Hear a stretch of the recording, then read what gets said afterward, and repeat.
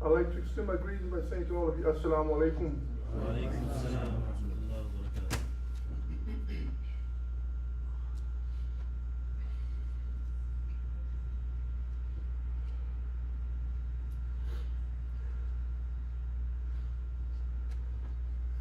Allahu Akbar, Allahu Akbar.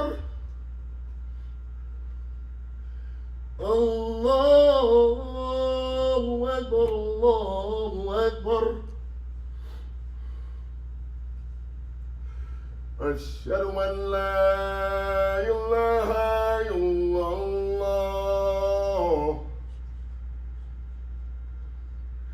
Ashhadu an la ilaha illallah.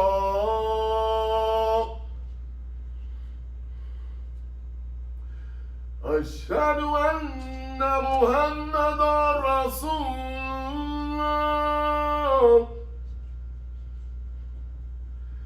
Ashhadu anna Muhammadan Rasulullah.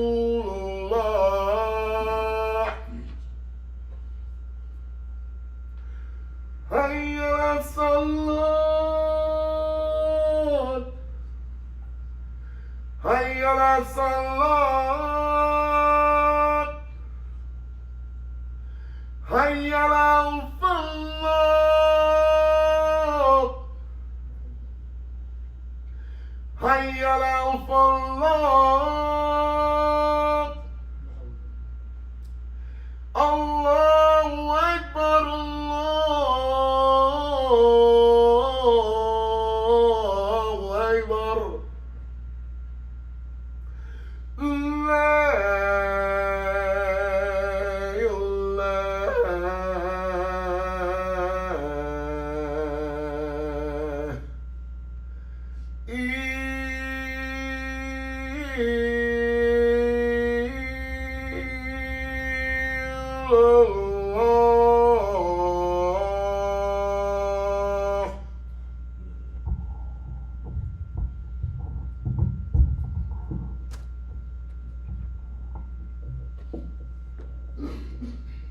Alhamdulillah, Alhamdulillah, nahmaduhu wa nasta'inuhu wa nastaghfiruhu wa na'udhu billahi min shururi anfusina wa min sayyiati a'malina. Man yahdihillahu fala mudilla lahu wa man yudlil fala hadiya lahu.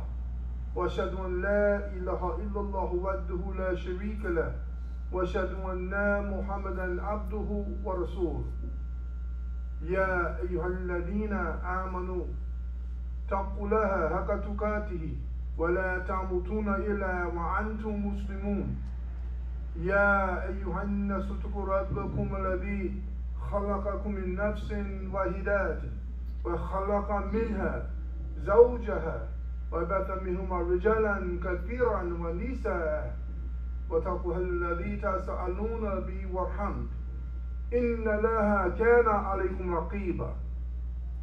يا أيها الذين آمنوا اتقوا الله وقولوا قولا سديدا يصلح لكم أعمالكم ويغفر لكم ذنوبكم ومن يطع الله ورسوله فقد فاز فوزا عظيما.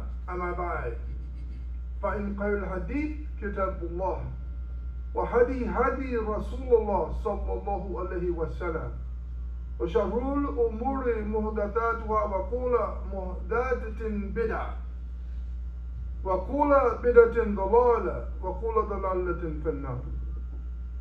It recited as follows that all praises are due to Allah. We praise Him, we beseech Him for help, we ask for His protection. We seek refuge in Allah from the mischief of our souls and from the unsuccessfulness of our deeds. And whomsoever He guides, there is none that can lead him astray. And whomsoever He causes to err, as a result of his own actions, there is none that can lead him aright. And I bear witness that there is no God but Allah. He has no partners, no associates. And I bear witness that Muhammad sallallahu alaihi wasallam is His messenger. O you who believe, be careful of your duty to Allah with the care which is due to Him and only Him. and do not die unless you're a Muslim. And oh people, be careful of your duty to your Lord who created you from a single being. Created and made from the same kind and spread from these two many men and women. Be careful of your duty to Allah by whom you demand one of another of your rights and to the ties of relationship. Surely Allah is forever watchful over you. And O you who believe, be careful of your duty to Allah subhanahu wa ta'ala and speak the right words to each other. He will put your deeds into a right state for you and forgive you your faults. And whosoever obeys Allah subhanahu wa ta'ala and his messenger sallallahu alaihi wasallam, they will indeed achieve a mighty success. Certainly after this, the best speech is the book of Allah subhanahu wa ta'ala. The best guidance is the guidance of Muhammad sallallahu alaihi wasallam. And the worst of all things and affairs are newly invented matters in religion. For all newly matters in religion are innovations in religion.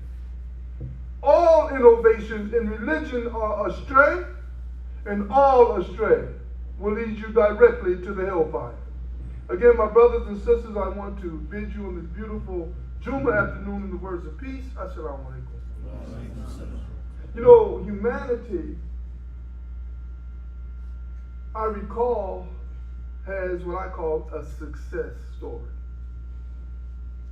I'm going to take you back a little bit when I say that, when I'm talking about a success story. Human beings, brothers and sisters, began their journey on this earth. And they began their journey on this earth led by two God-fearing parents, Adam and Eve. Adam, Hawa. Okay, these two people who still had the memory of their first sin and forgiveness of Allah fresh in their mind. And when you think about it, let's go back to the childhood of humanity. It started with Noah. Noah, alayhi salam, was rejected by his people. So what did he do? Noah, alayhi salam, he preached his people for about 1,000 years to no avail. Can you imagine preaching to a people 1,000 years? 1,000 years to no avail, and these people, and there were still only a few people who believed. But he taught 1,000 years, and only a handful of people followed him. Now this is the childhood stage of humanity. Ad rejected their prophethood, and Thamud denied their Salat. Think about it. This pattern, brothers and sisters, when I look at the history of the Quran and the stories of the Quran, must have been repeated tens of times, if not hundreds of more. But in this early phase, if you think about the human beings largely failed to respond to the message of Allah, except a few who accompanied every prophet, but were not enough to fight off the evil of their people. Each of these nations was doomed by means of Allah-sent punishments that in reality wiped them out. Wiped them in reality off of the face of the earth, and only the prophet and his few followers were saved.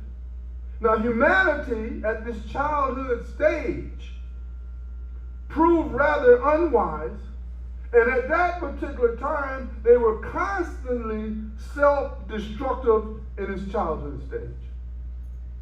This is how I'm perceiving. This is my perception. Then you have adolescence. Let's go to this adolescent stage. A new phase of humanity. Then begins with Ibrahim alayhi salam. Think about it. With Ibrahim alayhi salam. So after his people rejected his message from Allah subhanahu wa ta'ala, he is thrown now into the fire and then exile, then Allah, by His infinite wisdom, Allah in reality chooses a new way to guide humanity. Now here, Ibrahim, alayhi salam's progeny is chosen to receive guidance, but also special attention. Also special attention that this progeny is given. That whenever the children of Israel would tend towards disobedience, instead of being wiped out like the previous people were wiped out, okay, new prophets or even new messengers would be sent to them. So they just didn't get wiped out immediately. They had prophets upon prophets that came back to them. So this adolescent phase of humanity and history is preserved in more detail than the childhood phase in the Quran, as well as in their own accounts in the biblical versions. You see, Musa alayhi salam was doubly frustrated by Fir'aun. He was frustrated by his own people who he was called to liberate and to lead. He was called, but his own people he was frustrated with. And then you have Prophet Dawood and Prophet Suleiman. This is this adolescent stage, who marked the great golden age of the Israelites. These two prophets were considered as kings. They were considered as kings of their people. They were appreciated by their followers more as worldly kings and leaders rather than for their submission to Allah. You see, the biblical accounts are more eager to invent accounts of their concubines and their luxuries than mention their prayer. They don't mention their humility. They don't mention their preaching. If you look at the biblical version of it, you see. And as the Israelites' worldly powers declined, a series of prophets of Allah came to guide them. But these prophets were often rejected. They were often frustrated, or either they were often killed. They were often killed. And finally, in this adolescent stage, Isa alayhi salam, the prophet, the last prophet sent to the Israelites, he's almost killed by the betrayal of his own people.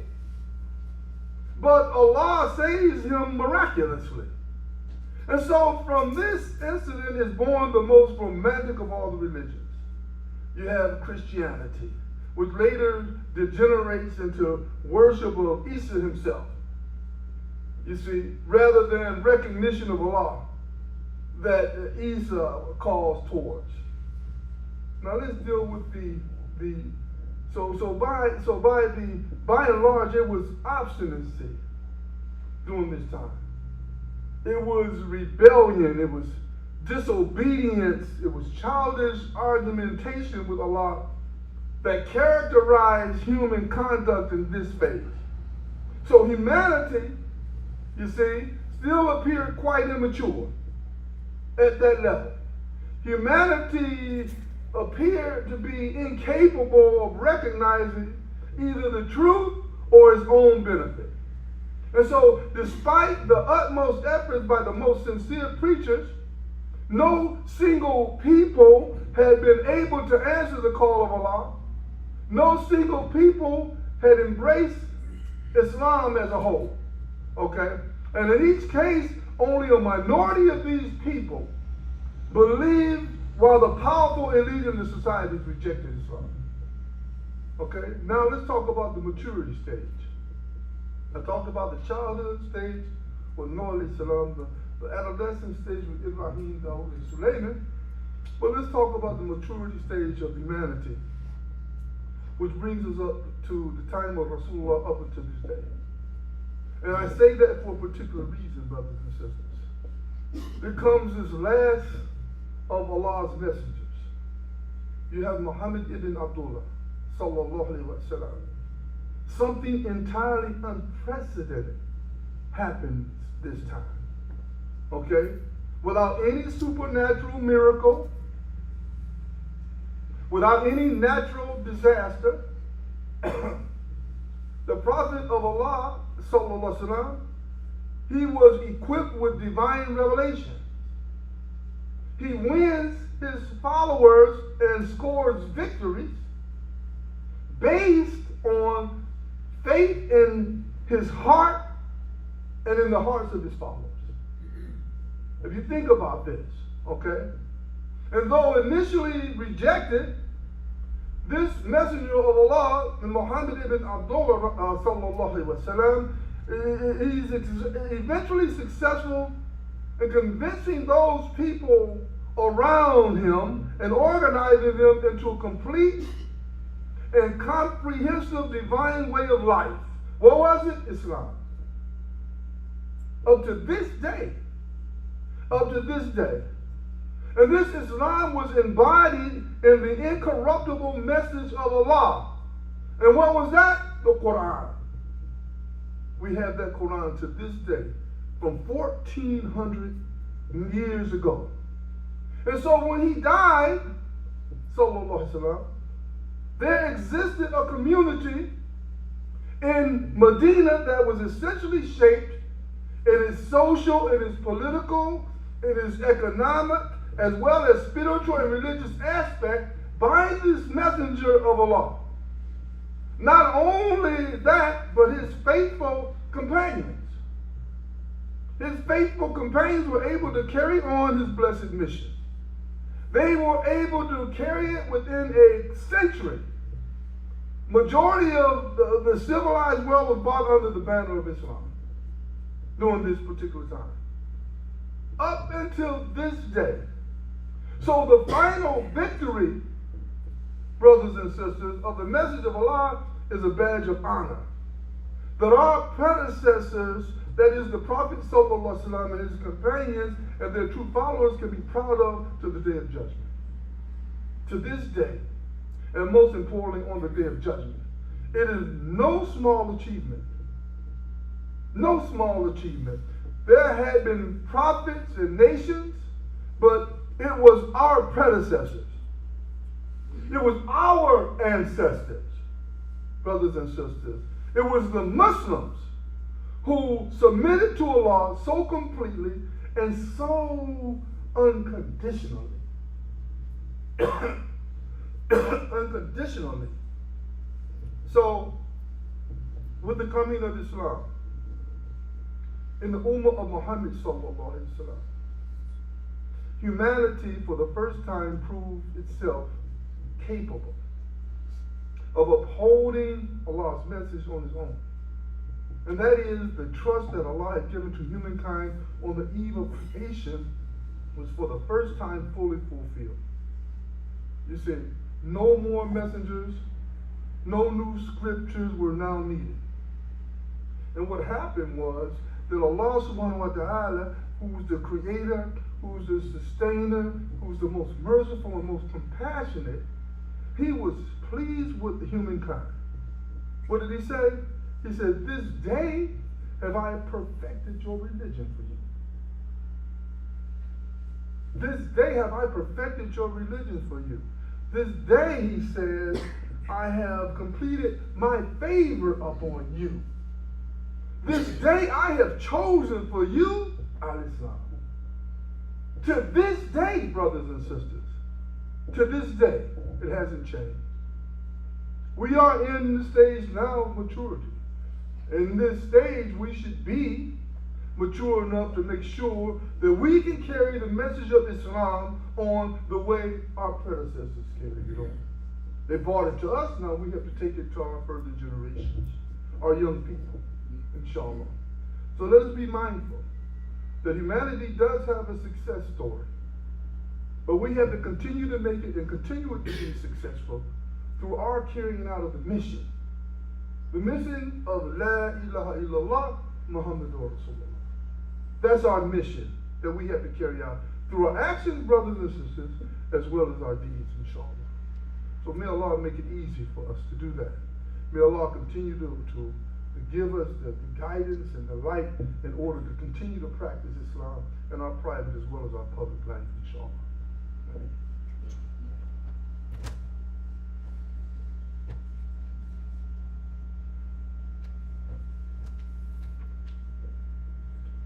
الحمد لله الحمد لله نحمده ونستعينه ونستغفره ونؤمن به ونتوكل عليه ونعوذ بالله من شرور أنفسنا ومن سيئات أعمالنا ومن يهده الله فلا مضل له ومن يضلل فلا هادي له.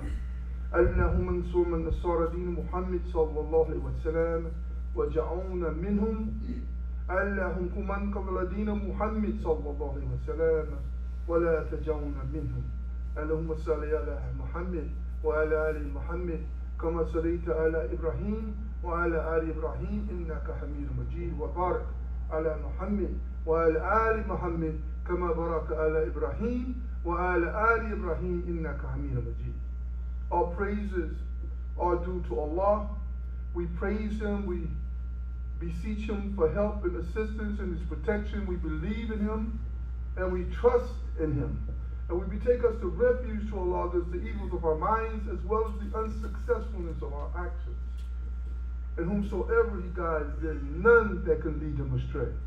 And whomsoever He causes to stray, there is none that can be guided. We ask, O Allah, help those who help the religion of Muhammad sallallahu alaihi wasallam and number us among them. And O Allah, disappoint those who try to disgrace the religion of Muhammad sallallahu alaihi wasallam and do not make us of those people. And O Allah, exalt Muhammad and the family of Muhammad as thou did exalt Ibrahim and the family of Ibrahim, for surely thou art praised and magnified. And O Allah, bless Muhammad and the family of Muhammad as thou did bless Ibrahim and the family of Ibrahim, for surely thou art praised and magnified. You know, brothers and sisters, in this second khutbah, any one of us, anyone who will be older than 45 in the year 2050 has already been born. Let me say that again. Anyone who will be older than 45 in the year 2050 has already been born. What does this mean? This means that demographers can do nearly definitive projections about what I call population trends until then. But what they're telling us is that a lot of world's little ones are coming up in Muslim households and societies. A lot of our babies are coming up right now. And those Muslims 5 years old better get serious quick. They better get serious quick. Because look what they're facing. The Arab world's population will likely grow by 114% to nearly 700 million people in the next 4 decades. Its median age is now 22, with a huge youth bulge of nearly 32%. I'm speaking about you young people. 32%. That's the portion that 15 to 24-year-olds make up of a region's adult, 15 and older population.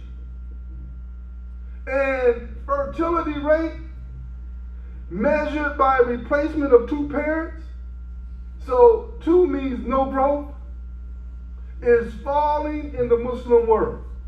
And so by comparison, especially with Europe and especially with Russia, especially with those European nations, it remains high.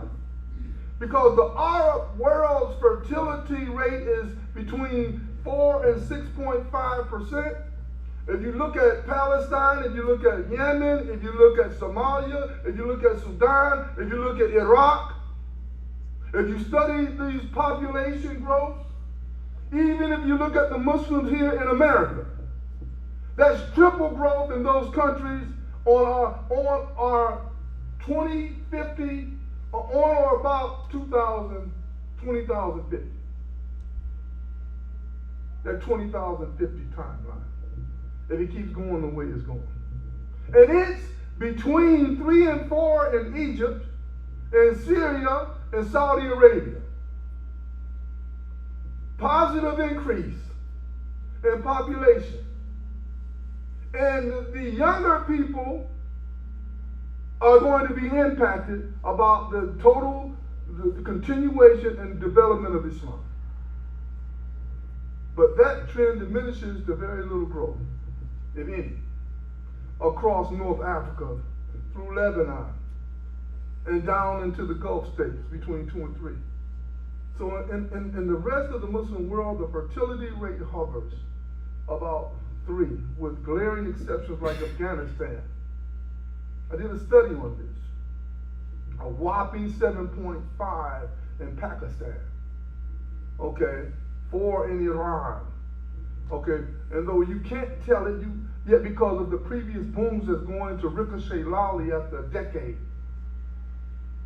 Why am I saying all this, brothers? Is experiencing the world's single greatest fertility plunge in the history of keeping such demographics. By contrast, Turkey, one of the oldest modern Muslim countries, has an older median age of about 27, while its fertility rate has already fallen to near replacement levels, no increase. If you look at Albania, this is a Muslim population. It's the only country in Eastern Europe with a population rate still above replacement. If you look at the population rate, equally important is the fact that regional life expectancies in these particular Muslim countries or this particular Muslim world are rising, especially among Muslims. Especially among Muslims, it has climbed from 42 to 67 years old and is projected to reach nearly 77 by 2050. Lots of parents and grandparents to take care of. Lots of them. But there won't be a lot of resources to do it with. It won't be. Why? Because the economies of most Muslim countries, if you look at Malaysia, it's been an exception. Most of these economies are shot. They're going through turmoil. In all of these Muslim countries, if you go and look at the Arab youth, for instance, face some of the world's highest unemployment rates. If you go to these Arabian countries, 20% regions-wide, about 28% in Jordan, about 31% in Tunisia, about 39% in Palestine. This is talking about unemployment rates. And you study. About 43% in Algeria. And that's why everybody wants to come to America. Because of not being employed, not being able to make money to provide for their children and their families. And the number of Muslim countries' elevated unemployment rates parallel an increase in education. So it's all combined, it's all right next to each other. You have no employment, you have lack of education. You have lack of education, you can't make money. You can't make money, you can't provide for your family. So you resort to other things. This means, brothers and sisters, that the age at which Muslim men marry is also rising. Fully 2 out of every 5 young males in the Muslim world are not married and not working. Not married and not working. But while fertility rates will fall now steadily in the Muslim world for the next 40 years, there will be a massive, what I call mini boom. A massive, you see, what they call an echo. And it's happening right now. In the 2020s. The youth populations of currently low fertility countries of North Africa, of Central Asia, of Iran, these countries are now abruptly mushrooming. If you look at Morocco, 21%. If you look at Algeria, 32%. If you look at Libya, 29%. If you look at Tunisia, 12%. If you look at Central Asia, if you look at all these countries, it stands at a collective 16%. At Iran, 30%. Add to this high baby production of the other Muslim regions already mentioned, and that's a lot of young capital, of youth capital, with all the commensurated aspirations, with all of the different types of appetites of the young. And since the growth rates of religious families tend to be much higher than their more worldly peers, the demographers expect the margin of devout to tip the balance against the less religious of all over the world. I'm saying these things for a reason. We, as Muslims, all over the world, can impact this world.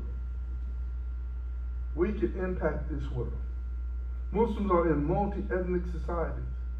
Muslims are all over West, for instance, or land disputes. Their growth differential will tend to significantly outpace their rivals.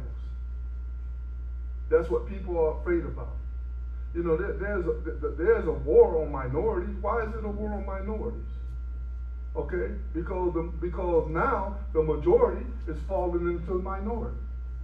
They won't be able to do the things that they need to do in order to continue to run this world. So they're doing everything they can do to keep their majority. And that is to kill us, to have genocide, to wipe out people, to not assist and not help.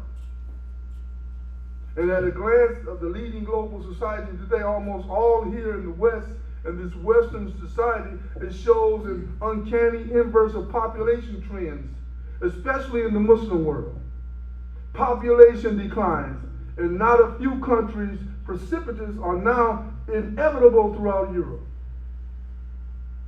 And interestingly, America will hold a steady demographic pattern through 2050 or 2050, although its growth will not match that of the other parts of the world. And that's what they're worried about. You see, it's proportion, both in people, both in wealth. Its proportion will grow enormously in comparison to the rest of the West.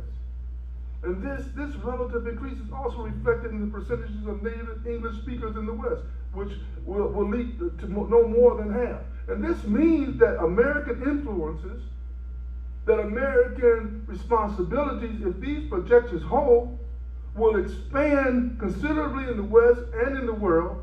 And if current chauvinistic policies and militaristic attitudes prevail, as reflected in the grain of the great powers, Demography and Geopolitics and on the 21st Century, which is published by the Center of Strategic and International Studies, from which most of these statistics have been taken, it simply means come to the 2020s, it will be a time of maximum instability in the world. And if you look at it right now, we are so unstable in this society. They had a presidential debate on the other day, a Republican presidential debate that wasn't talking about any of the issues or any of the policies. They were talking about a guy who's going to get locked up, or a guy who's been booked and who's been booked for Thursday. A guy who's been indicted 4 times, who's been impeached twice. They're talking about hiring this guy as the new president of the United States, who says, in other words, if I become president, and I will become president, I'm going to unseat the Constitution that we have. And I'm going to turn what we call this democracy into an autocracy. And we don't believe it. You see, this is what's going on, and it's all under our little eyes, and we can't see it. We can't see it, and we don't want to talk about it. You see, so Islam, it has to deal, in some cases, with politics also. It has to deal with that, because our future lies in that. I hope, especially with our Muslim youth, I hope our Muslim youth in America and abroad are paying close attention to what's happening in this society, what's happening in this world. They have so much of divine revelation, they have so much of the prophetic manners, they have so much of the political courage to learn and to teach in such a short time.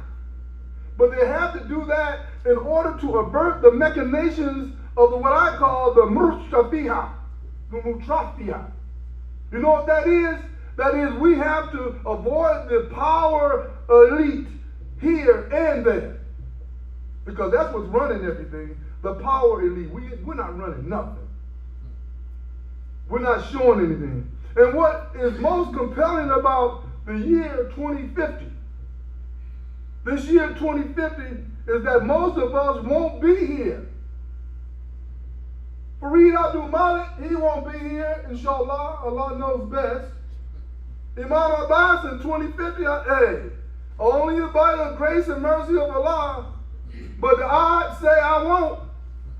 And inshallah I will, but inshallah I won't. You know, if you're talking 2050, well, 2050 is another 30 years. Well, I can go to 100. Inshallah.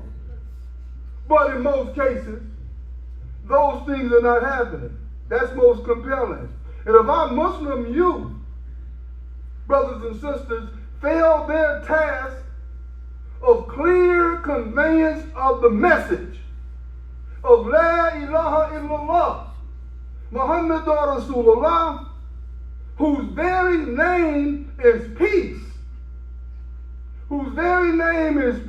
if they do not understand enough of Islam to fulfill the Quranic command to call to a common word, many of them and their global peers won't be around either. I'm just saying. This is a warning. This is a message to all of us. This is a message especially for those young people who sit in here today. You have a heavy responsibility on your hands. On your hands. Right now. To carry on this message of Islam. We won't be here to help you. At all. Inshallah. So let us be mindful, brothers and sisters, of the message. Let us be mindful of the demography, of this population team. These things are happening for reasons. And we are lulled to sleep. We are lulled to sleep. You know, they were talking about this situation on TV, about these people who claim to go mad, stop rating mad about the woke syndrome. You know, well, when I think about something woke, I mean, you know, when you're woke, that means your eyes are open. You know, and when you're talking about woke, in reality, what you're really talking about when you hear this word woke, you're talking about the mindset of demeaning the liberation of African American people. That's where the woke comes from. And it goes back into the early 1930s. You know, it goes back, but you don't want to know about that history. When they're talking about woke, they're talking about eliminating a total mindset, a total population of people. That's what the woke situation is about. It's people of color that we have to minimize so we can take on our agenda to continue to be the population, to continue to be the majority, to continue to run things. So when you hear this word woke, okay, when you hear this word woke, think about it. They're talking about minorities. That's what the definition is all about. They're talking about containing and controlling a mindset in a people to a point where we run the agenda. You see? But the only agenda that's being ran is the agenda that Allah subhanahu wa ta'ala wants us to run, inshallah. And that's by the Muslims. We have that right. We have that intelligence. We have to keep our children totally active and totally educated. And I mention these particular types of things, these percentages for a reason. These percentages for a reason. So let us be mindful of the demography of Muslim youth. Let us be mindful, inshallah, of their future. May Allah bless us and may Allah keep us in Islam forever, inshallah. Let's make dua. ربنا اتنا في الدنيا سنة وفي الآخرة سنة وقنا عذاب النار. رب اجعلني مقيم الصلاة ومن ذريتي ربنا وتقبل دعاء. ربنا اغفر لي ولوالدي وللمؤمنين يوم يقوم الحساب. ربنا إننا سمعنا مناديا ينادي للإيمان أن آمنوا بربكم فآمنا ربنا فاغفر لنا ذنوبنا وكفر لنا سيئاتنا وتوفنا مع الأبرار ربنا واتنا وأتنا على رسولك ولا تخزنا يوم القيامة إنك لا تخلف الميعاد إن صلاتي ونسكي ومحياي ومماتي لله رب العالمين لا شريك له بذلك أمرت وأنا من المسلمين ربنا ظلمنا أنفسنا وإن لا تغفر لنا وترحمنا لنكونن من الخاسرين ربنا اغفر علينا صبرا وتوفنا مسلمين ونشهد أن لا إله إلا الله وحده لا شريك له نشهد أن محمدا عبده ورسوله إن دين له الإسلام الله أكبر الحمد لله رب العالمين صلاة الجمعة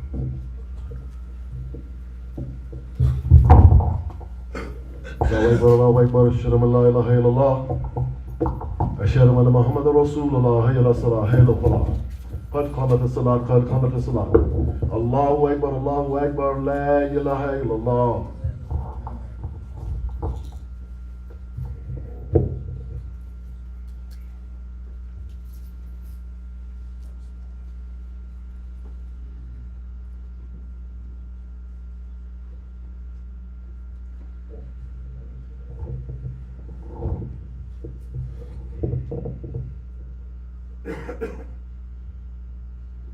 الله أكبر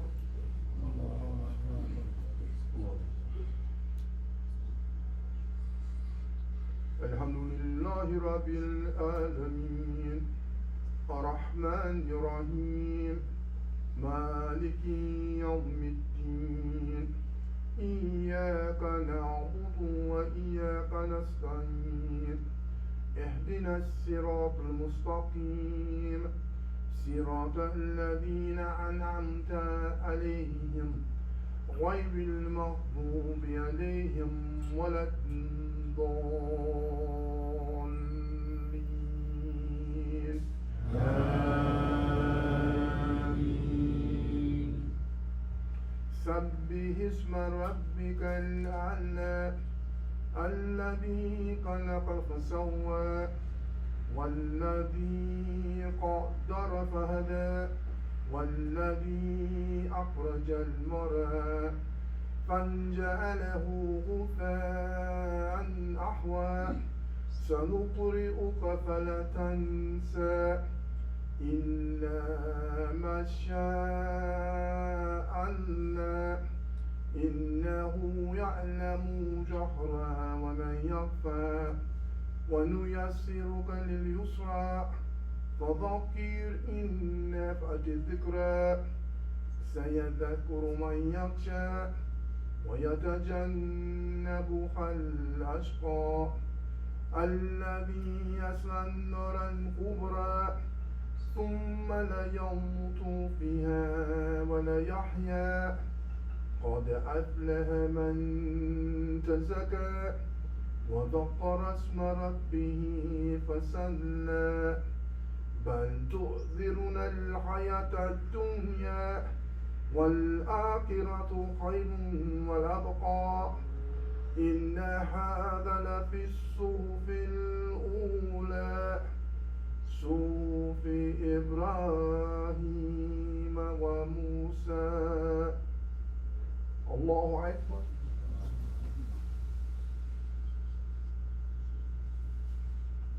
سمع الله لمن حمده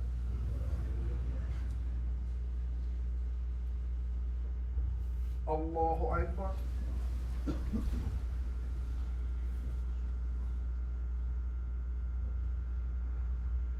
الله أكبر الله أكبر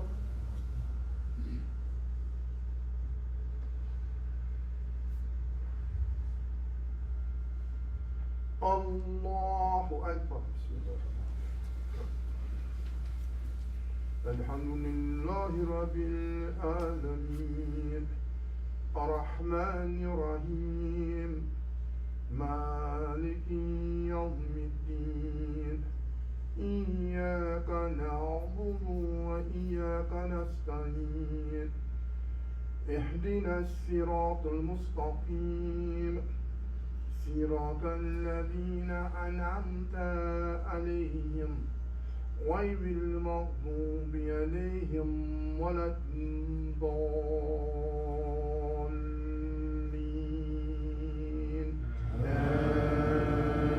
آمين.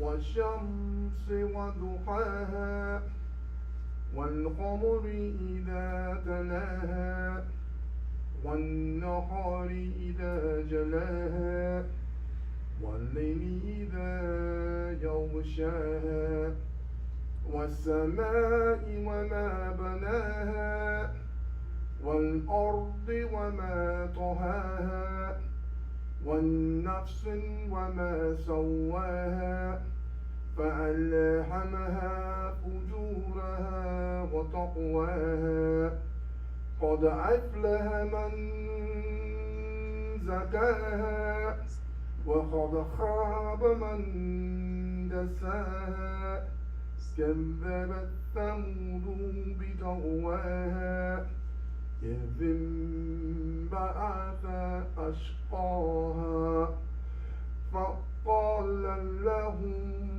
رسول الله ناقة الله وسقياها فكذبوا فعقروها فدمدم عليهم ربهم بذنبهم فسواها ولا يخاف عقباها. الله أكبر.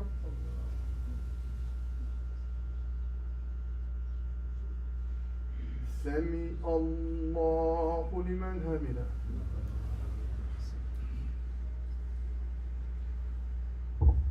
الله أكبر.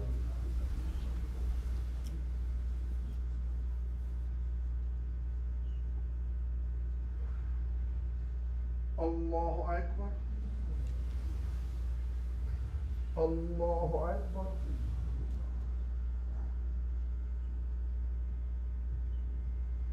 الله أكبر.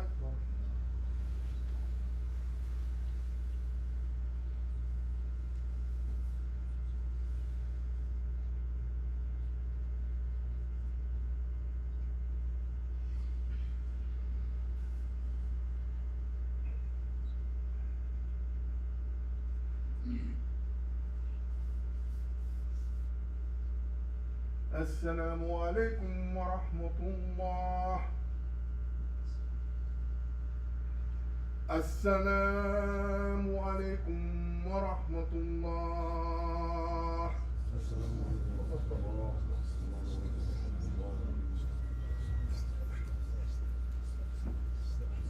As a reminder, brothers and sisters, I encourage all people to give sadaqah as you leave out, inshallah. As you leave, as you rush out, give sadaqah, inshallah. All of you, inshallah. So again, next week we have a food bank, which is next Saturday, which is the 2nd of September. So I want people to volunteer. Let's come over and assist. Also, I'm harvesting vegetables over across the street. Come over from across the street, get some apples, get some tomatoes. I got beets, I got cabbage, I got green beans. I got all of those things over across the street. You don't have to go to the grocery store to get it. It's all organic.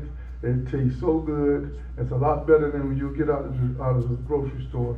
So if you have time to come over and start picking, I gotta have bags over there. You can pick them and just take them with you. Inshallah, that's what it's all for. It's actually for the community. So as a reminder, just let's make sure we do that. Those of you who wish to give, go to FirstCleveland.org. You can pay through PayPal. Okay, you can go through Zelle, FirstCleveland131@gmail.com. That's Zelle. You can go through Cash App, $FirstCleveland. You can do that, or you can pay through 3613 East 131st Street, Cleveland, Ohio 44120. That you can pay that, or just give a check. And those big fat doctors with deep pockets, you can give big time. You know, give thousands of dollars, so Allah can increase your abundance, inshallah. Those of you who can afford it. So inshallah, let's continue to keep this institution alive and funded, inshallah. Let us be reminded of that. Also, I'm asking for donors to contribute towards the solar system that we're trying to put up over across the street. I will be connecting a lot of the donors, a lot of the major donors. Those of you who wish to submit or donate, we are trying to get up 2 solar panels across the street, so we'll convert our hoop house into a greenhouse through this summer. So I'm looking for donations through September through October. Hopefully we can get that done and accomplished, so we don't have to throw away all the plants. We can nourish and continue to grow the plants throughout the entire year, right over across the street, inshallah. So those of you who wish to donate for that cause, you know, you can donate, and just, if you have a check you want to write out, you can write that check out strictly for that donation.